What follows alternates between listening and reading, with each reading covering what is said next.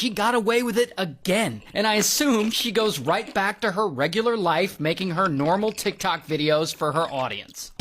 Until... Here's the thing about Target. Target ain't no punk. They know people steal from them all the time. This ain't their first rodeo. In fact, they apparently have security cameras looking down on every self-checkout station, which is how we got this footage. And Target also has loss prevention officers who review a lot of this footage. Sometimes it takes them a while to look at it, like sometimes weeks, but I guess they really do actually look at it. And Marlena doing something like scanning cheaper barcodes is something that they'll definitely notice. So when those loss prevention officers review the footage from the first time we see her allegedly steal, they clearly see her scam $500 worth of discounts using that little cheap barcode trick. And so loss prevention calls the police. But police, they don't know who Marlena is. To them, she's just a random shopper. So what do? They go and post a screenshot of her from the surveillance footage that day on their Facebook and Instagram, and they ask the public for help identifying this thief.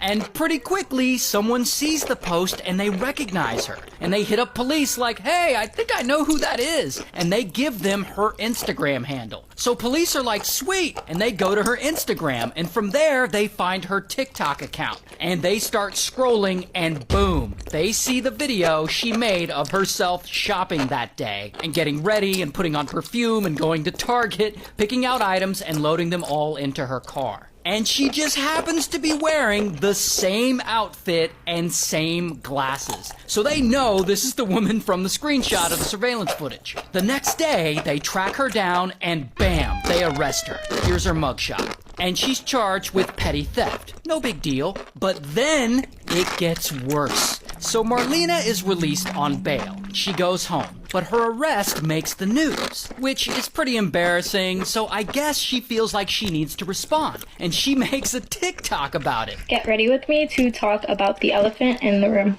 But she says that, but then she doesn't really address any of it. Probably because it's an ongoing case and she doesn't want to incriminate herself, which is actually smart. But if you zoom in to the background of her video, you can see that she put up her own mugshot. So I guess that's the whole joke she's trying to make of addressing the drama without actually addressing the drama. But then, several days later, Target loss prevention officers are reviewing some previous footage again. And boom, what do they see? They see that surveillance footage of Marlena at Target the second time, scanning the cheap barcodes at the self-checkout when she was with her boyfriend and kids. So loss prevention calls police again, and Marlena's a repeat